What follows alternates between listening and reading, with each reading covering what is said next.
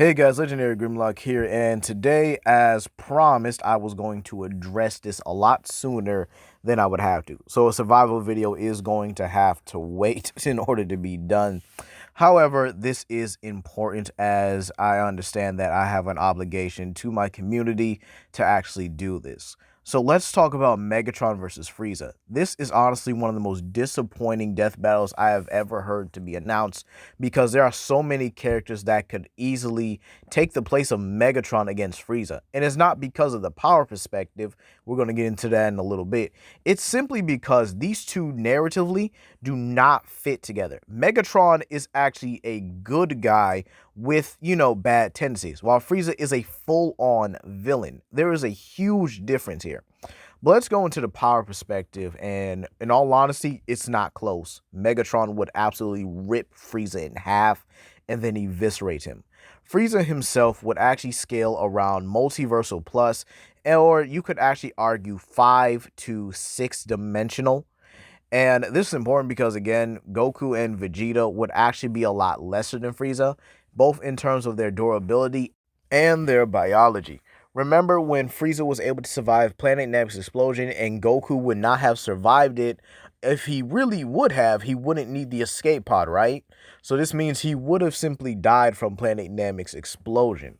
We also have the sheer fact that Resurrection F, Frieza was able to tank the planet Earth exploding, while Vegeta in Super Saiyan Blue actually died. Frieza has always been more durable than the Saiyans, and his biology actually allows him to do things that the Saiyans couldn't. Like Frieza, Zarbon, and Dodoria could easily, survive in the vacuum of space. Meanwhile, Saiyans can't. This is why Goku and Beerus went all the way up to Earth's stratosphere and not out of space. Now, there's a lot of things they're going to use here, and I definitely could see them using the anime rather than the manga. I know a lot of people did say that they were going to use the manga for Frieza, and if we use the manga, Frieza actually does a whole lot better and then a whole lot worse at the same time. Like, in the anime, he does a whole lot worse against Dispo, but in the manga, he does a lot better against Dispo and Topo, but he does worse against Kale.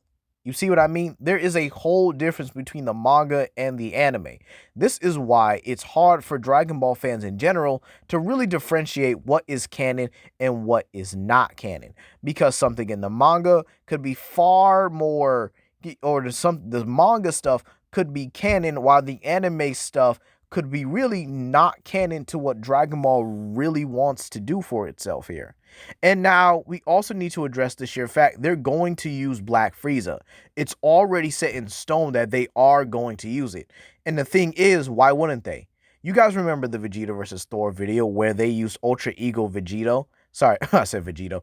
Ultra Ego Vegeta, despite the sheer fact that Ultra Ego has not been, improved or has not been mastered in any way, shape, or form by Vegeta. And they still use that form. And it didn't even change the result of the outcome because the form had a limit. We don't know Black Frieza's limit as a whole. He came in one-shotted Gas, who was stronger than Goku and Vegeta, and still managed to, one-shot Goku and Vegeta right after that. And let's not forget the Hakai feat. Now, Frieza was able to subdue Cedra's Hakai, but couldn't subdue a holding back Toppo's Hakai.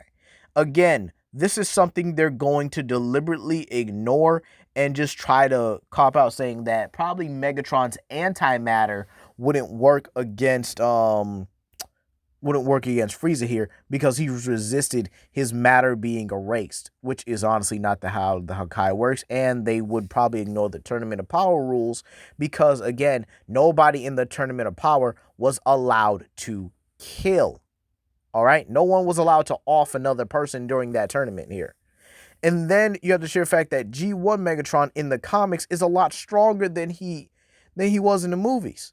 This Megatron is fighting against his own, troops here, even fighting against characters like Galvatron, who was able to harm Unicron with a simple blast, having already universal to multiversal level feats. And again, this Megatron does have a lot of low showings, but again, it's usually comebacks with the context that he was weakened by something, or he was already injured by a battle he had with Optimus Prime. Yet this Megatron is still able to hold his own and go toe-to-toe with combiners as strong as Predaking. Predaking. So again, even if they use the whatchamacallit, even if they use the cartoon for it, there's still a lot of versions of Megatron that would straight up clean sweep Frieza. Now, again, I do think the Marvel Comics one does have a little bit of a struggle, but I think he could actually take it mid to high difficulty. Oh, but let's probably get into the one that they don't use. Now, if they use IDW Megatron in any way, shape, or form, and they get the scaling wrong, I'm done. I really am. So Megatron's body, we're gonna start with that, is made of ore 13. Again, his body is made out of ore 13. Now, what is ore 13?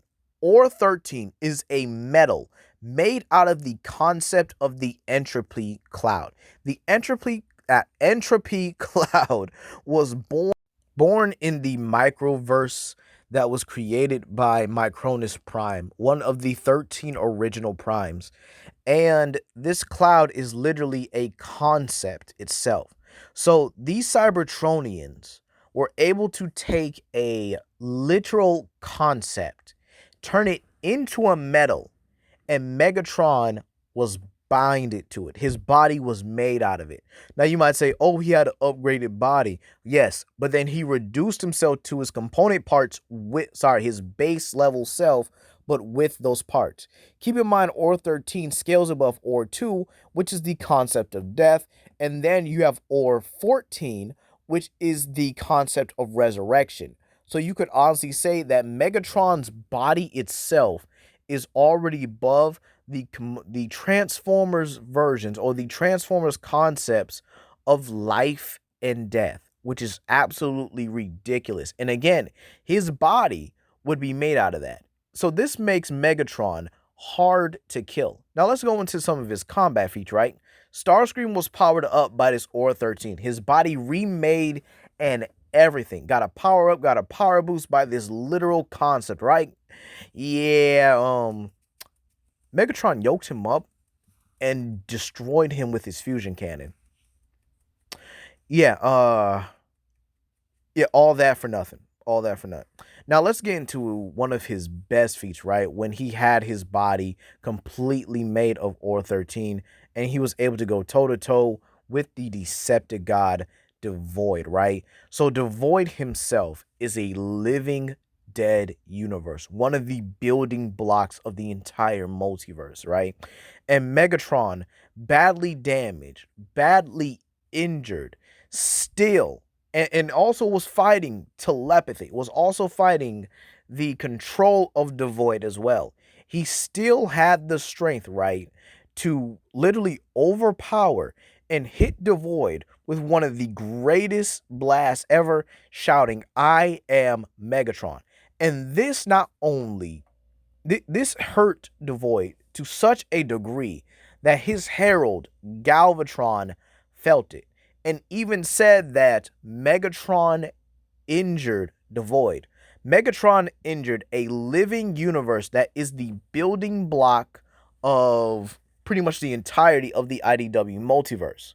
And again, Devoid himself is confirmed an extra-dimensional entity that was going to destroy all of creation. This includes all of the IDW multiverse, including things like, the Elder Gods realm, the metaphysical realm as well. And yes, metaphysical realms do exist in Transformers.